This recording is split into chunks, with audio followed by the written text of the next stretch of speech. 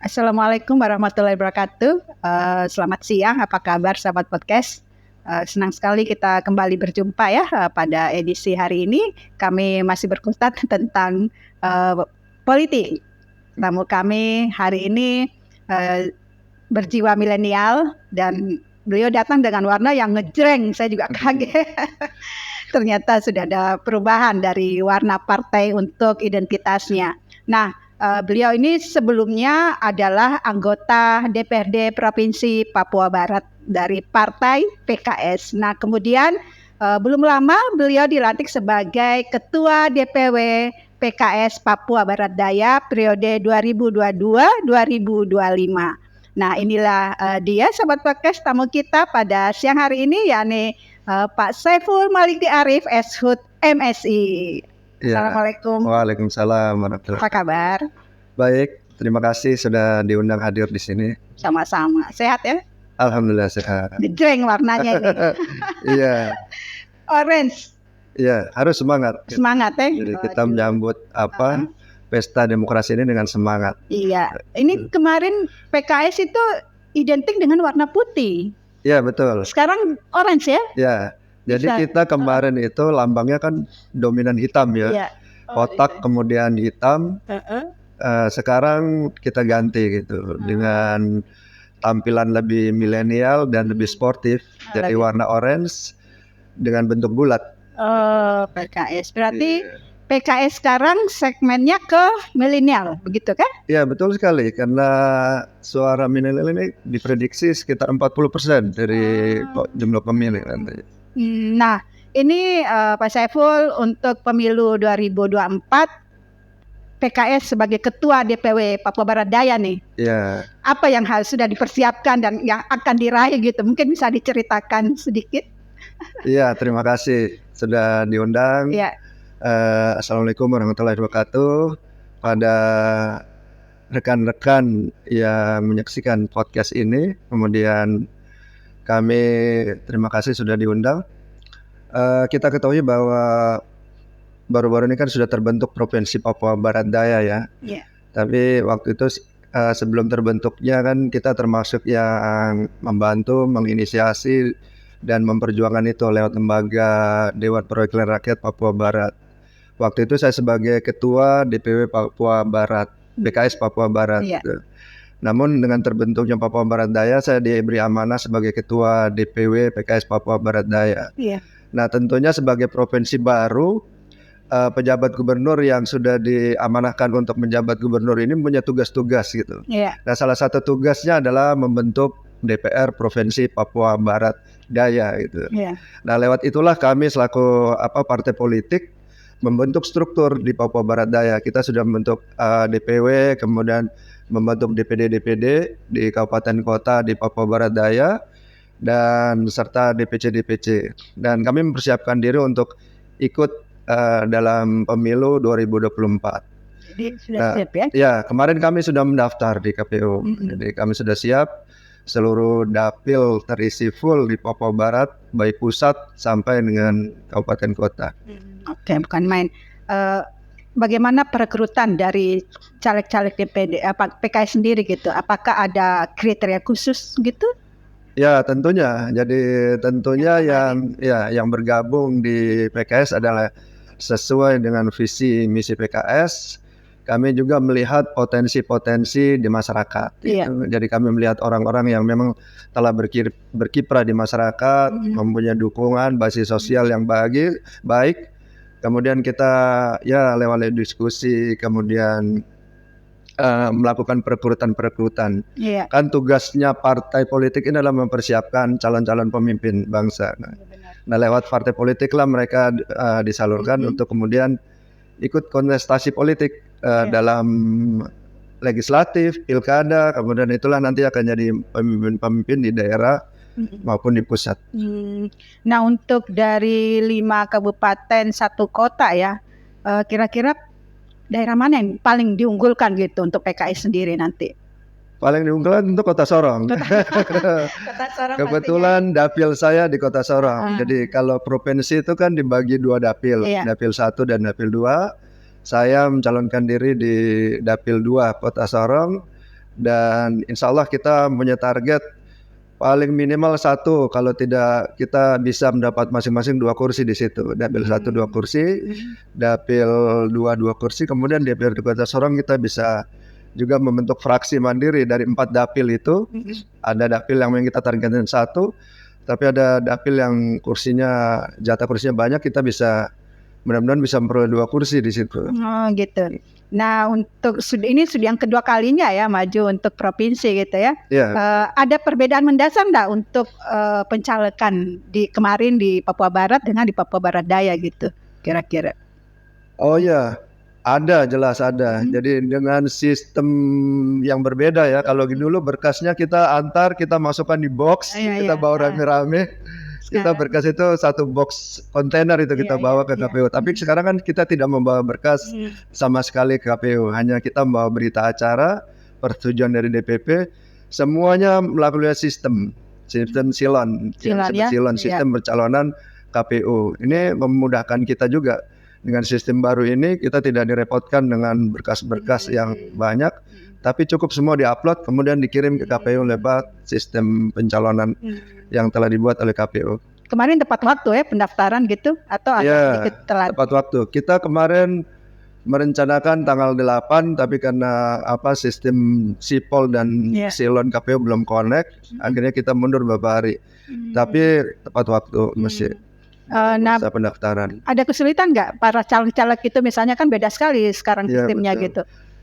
Jelas ada, tapi kita tidak terlalu membebankan caleg. Jadi caleg-caleg kita membebankan caleg cukup untuk mengurus persyaratannya saja. Jadi semua di-upload oleh partai gitu. Nah, dalam mengurus persyaratannya tentu ya kendalanya mungkin antri, apalagi yang ke surat kesehatan rohani. Oh itu, atas kejiwaan itu. Jadi 1 rumah sakit, kemudian seluruhnya harus tes dengan prosedur yang ketat, kemudian pengantrian yang lama sekali. Alhamdulillah dalam terakhir kan ada KPU menunjuk rumah sakit Angkatan Laut lagi, jadi sudah bisa ada solusi. Nah, ini kayaknya kompetitornya cukup ketat juga ya. Untuk pemilu 2024 PKS sendiri apa sih yang ingin ditawarkan gitu, yang artinya beda gitu? Kan masyarakat menanti sesuatu yang mungkin yang beda, nggak seperti tahun-tahun lalu gitu ya, 5 tahun lalu maksudnya seperti itu. Nah, apa yang ditawarkan oleh PKS untuk di pemilu 2024 nih? Iya betul. Jadi kami melihat bahwa kompetitor di partai-partai lain juga bagus-bagus. Kemudian banyak juga caleg incumbent yang sudah membina masa selama ini, dia maju lagi gitu. Nah, itu membuat memang kita harus tampil beda gitu. Dari tentunya pertama adalah kita melakukan tadi itu perekrutan orang-orang yang berpotensi di masyarakat dengan harapan bahwa mereka bisa membawa gerbongnya, basis sosialnya, kemudian menyatukan pilihan ke kita. Nah, lewat anggota-anggota dewan kita yang sudah eksis juga kita ingin menampilkan PKS, bahwa PKS ini juga hadir di tengah-tengah masyarakat gitu. Hadir di tengah-tengah masyarakat, dirasakan manfaatnya oleh masyarakat. Kemudian kita juga memperankan diri sebagai memperjuangkan aspirasi dari masyarakat. Lewat itulah masyarakat ketika dihubungi lagi untuk kita calon lagi sudah tidak susah gitu. Karena mereka selama ini merasakan kehadiran kita. Kalau seandainya kita kemudian dipilih, kemudian kita hilang, setelah tahun datang lagi, tentu nanti ada penolakan di masyarakat. Dan alhamdulillah caleg-caleg PKS saya lihat sangat aktif di masyarakat, dan itu tadi membangun kebersamaan dengan masyarakat selama ini. Contoh konkret yang sudah diperbuat oleh PKS kepada masyarakat apa sih Pak Saiful? Banyak sekali ya. Jadi kita sebagai partai politik, kita tidak hanya saja berfungsi sebagai dalam bidang politik, tapi kita juga melakukan banyak kegiatan-kegiatan sosial yang berhubungan dengan aktivitas di masyarakat. Contohnya waktu pandemi kemarin, kita juga banyak melakukan kegiatan-kegiatan sosial berupa pembagian sembako orang yang terdampak pandemi, kemudian melakukan penyemprotan penyemprotan untuk ini. Kemudian kegiatan-kegiatan masyarakat seperti kemarin waktu kebakaran di Pasar Baru juga kami turun menggalangan dana ke masyarakat, kemudian membantu orang-orang yang terdampak, tentunya berkolaborasi dengan seluruh unsur masyarakat yang ada di Kota Sorong. Untuk dari sisi peningkatan perekonomian masyarakat sendiri, apa yang sudah dilakukan oleh PKS gitu? Untuk pembinaan ini UMKM, tentunya ini baru sebatas konstituen kami, kader-kader, kemudian dengan masyarakat yang ada di sekitar PKS. Kami pernah memberikan bantuan berupa modal usaha, kemudian lewat Dewan saya juga pernah menyelenggarakan pelatihan untuk peningkatan kapasitas UMKM dalam kemampuan untuk melakukan marketing lewat cara-cara digital marketing. Jadi sudah banyak yang dilakukan oleh PKS untuk masyarakat ya. Jadi artinya bahwa untuk kembali yang tadi seperti dikatakan sudah nggak ada penolakan lagi seperti itu. Ya, insya Allah kita harap begitu. Kita harap juga masyarakat kan cerdas, lihat siapa yang nanti akan didukung dengan kenyataan yang ada di lapangan. Dan saya juga memang melihat beliau ini sangat konsisten gitu ya, memupuk konsistennya ya, ternyata selalu hadir di tengah-tengah masyarakat gitu. Nah, untuk dalam pesta demokrasi nanti ya, artinya seringkali kita mendengar ada yang dikatakan dengan money politik gitu ya Pak Saiful ya. Bagaimana pandangan dari PKS sendiri tentang money politik itu? Iya. Saya melihat fenomena itu ada di kota terutama di Kota Sorong atau di daerah-daerah manapun itu fenomena itu ada. Fenomena money politik ini tidak bisa kita hindari. Banyak kalau kita melihat kenapa orang menjatuhkan pilihan kan ada beberapa sebab. Yang pertama mungkin hubungan keluarga dia bisa memilih. Kemudian ideologis atau kesamaan keluarga karena suku dan sebagainya. Juga ada orang-orang tertentu yang memang dia memilih karena uang gitu. Nah ini bisa terjadi karena beberapa sebab. Yang pertama mungkin karena dia acuh tak acuh melihat bahwa orang yang dia pilih selama ini kok tiba-tiba tidak kembali lagi selama 5 tahun. Sudah berarti saya milih saja yang berani bayar wani piro. Pokoknya saya pengen bayar saya pilih gitu. Kalau enggak ya sudah tidak usah ini saya pilih.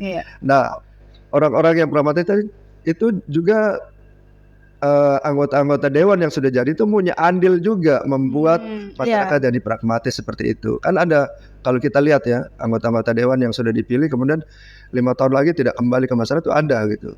Bahkan ada teman-teman saya juga begitu gitu. Jadi tidak pernah kembali ke konstituen, nanti 5 tahun kemudian datang dengan membawa uang yang banyak kemudian mempengaruhi pemilih. Itu ya. Sebenarnya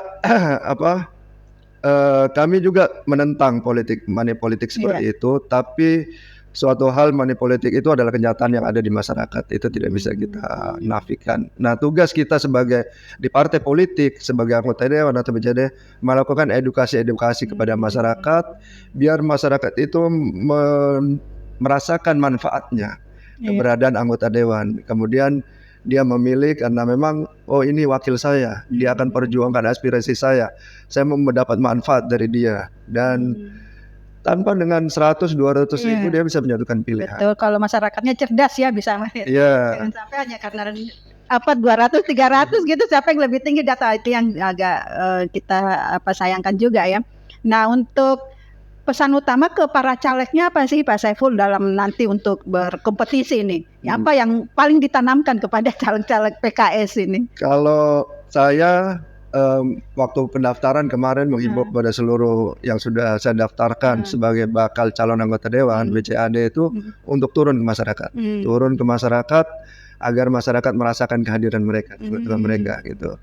Namanya perwakilan rakyat, dewan perwakilan, mereka adalah wakil-wakil rakyat. Bagaimana masyarakat mau jatuhkan pilihan kalau mereka tidak ada gitu?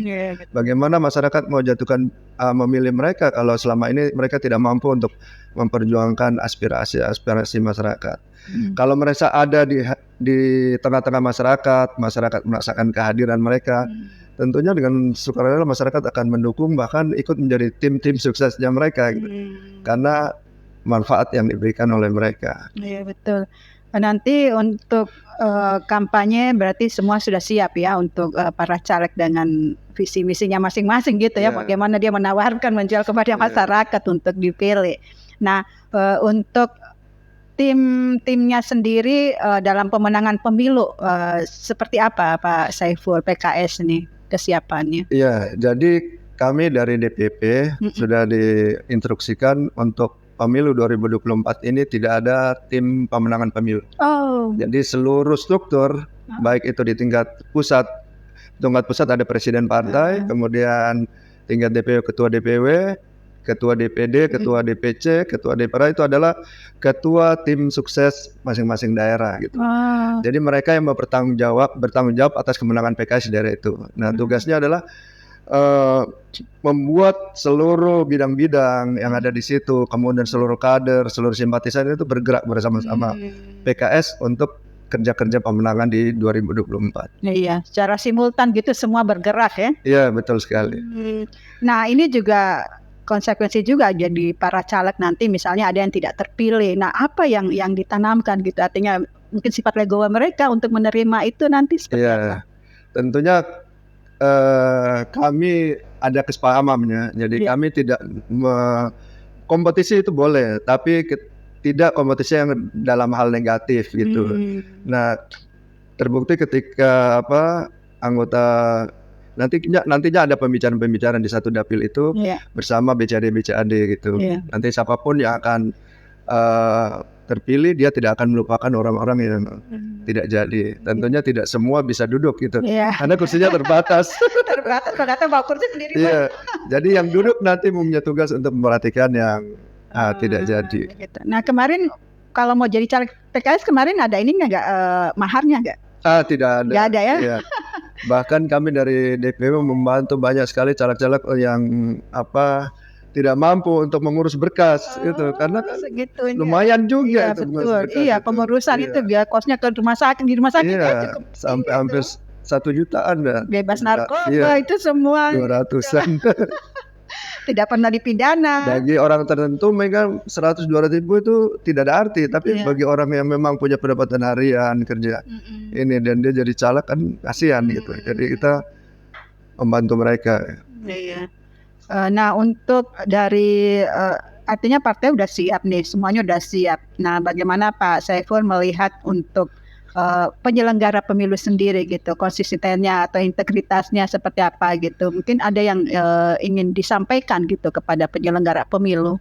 Iya, kalau kami lihat hasil dari seleksi KPU ini cukup lumayan bagus dan orang-orang yang sudah kelihatan integritasnya dan sudah punya pengalaman kerja profesional. Dan kami harap memang KPU sebagai lembaga penyelenggara pemilu independen, profesional, kemudian jadi penyelenggara yang baiklah memfasilitasi semua partai dengan sama gitu. Tidak ada beda antara partai ini partai penguasa. Iya, betul. Ini partai oposisi jadi beda-bedakan.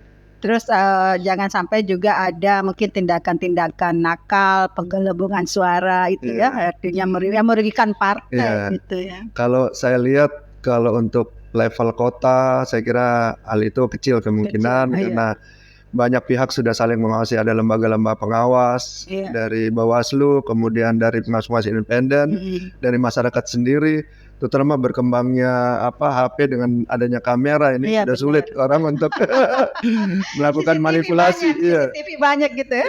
Jadi saya kira pemilu ketika sudah selesai di TPS itu sudah selesai, tinggal dikawal saja gitu. Jadi tidak ada lagi perubahan di distrik, kalau dulu kan perubahan di KPU lagi, saya rasa hampir tidak mungkin. Nah, saksi-saksi dari PKS sendiri seperti apa? Kami siap, jadi kalau berdasarkan pemilu-pemilu sebelumnya juga kami untuk saksi yang paling siap. Bahkan kalau Pilpres biasanya PKS yang dibebankan sebagai saksi Pilpres yang kita dukung gitu, presiden yang kita dukung. Jadi biasanya kita penuh saksi, jadi ada TPS sekitar 700-an kita siap dengan 700 orang di semua TPS yang ada di Kota Sorong. Demikian juga di kabupaten-kabupaten lain. Untuk sokongan dana sendiri di PKS seperti apa sih Pak Saiful gitu? Kalau dana butuh kos yang betul.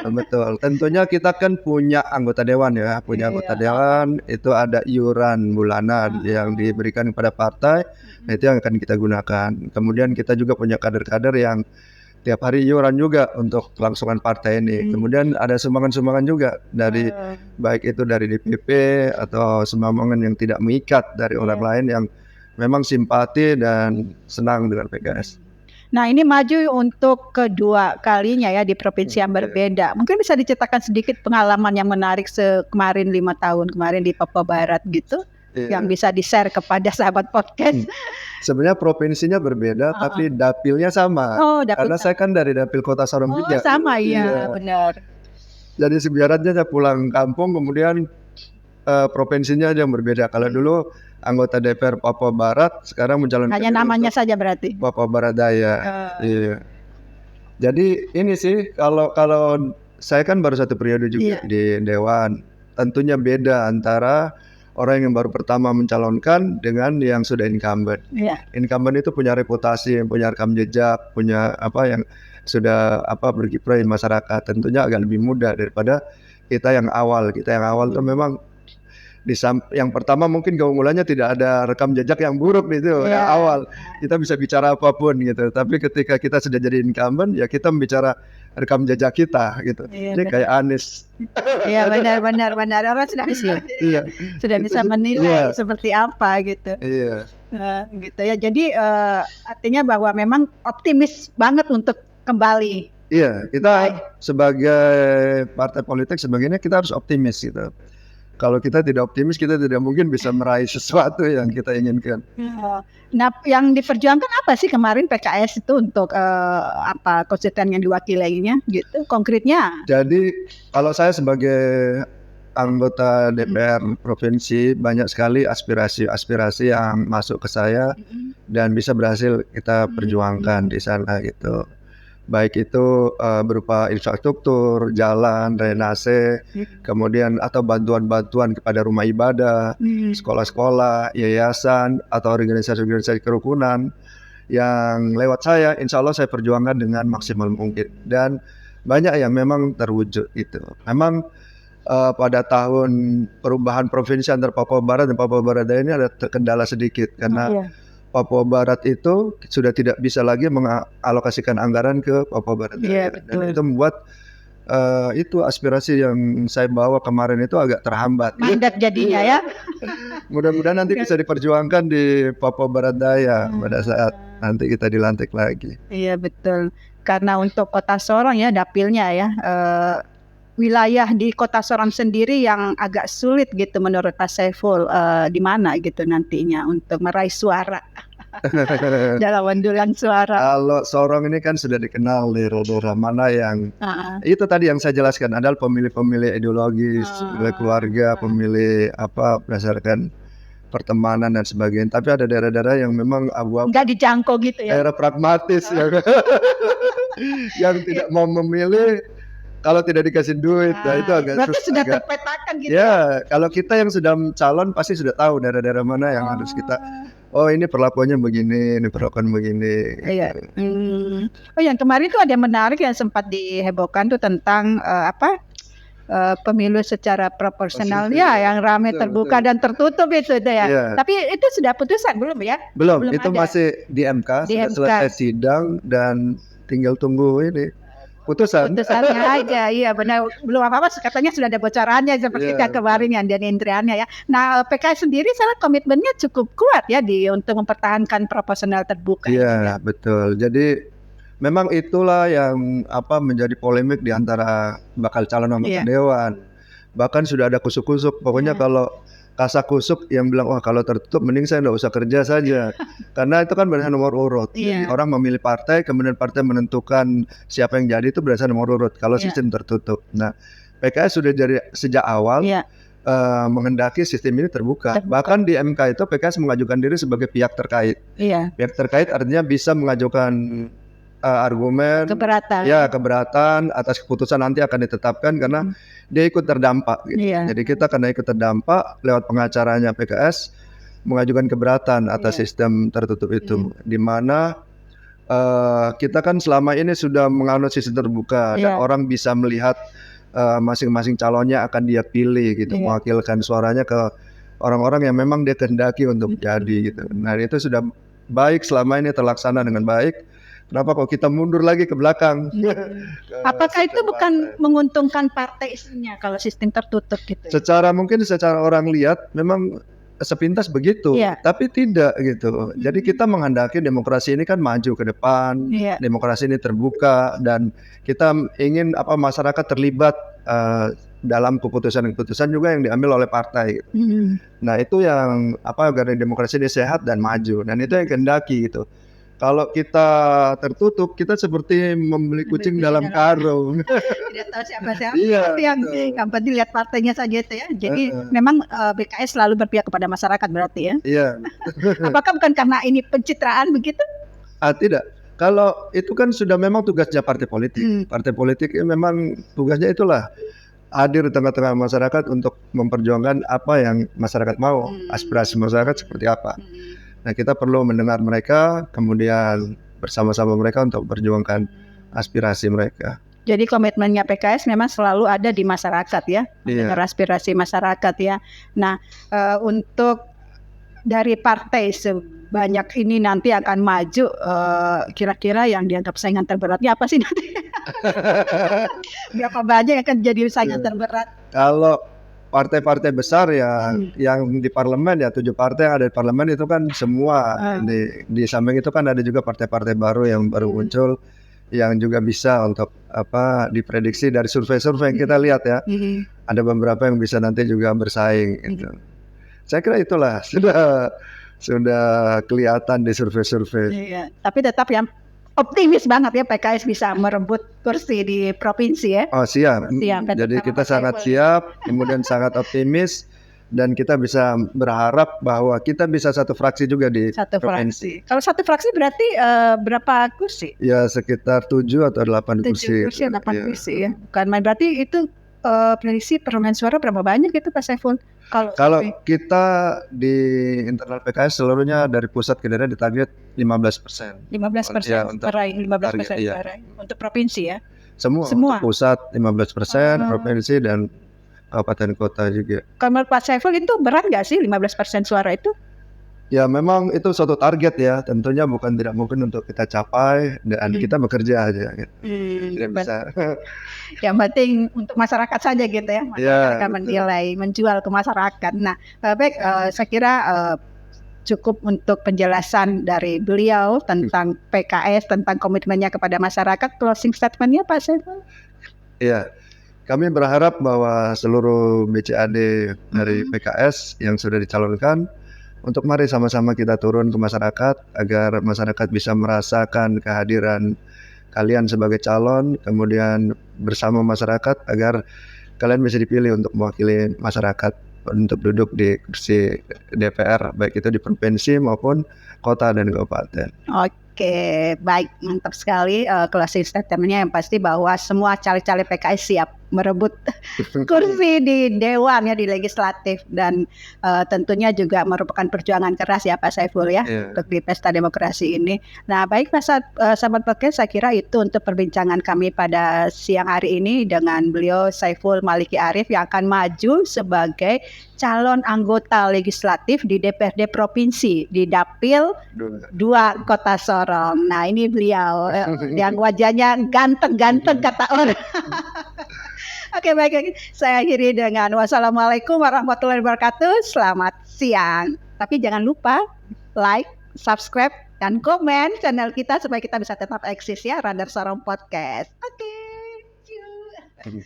Makasih. Ya, sama-sama.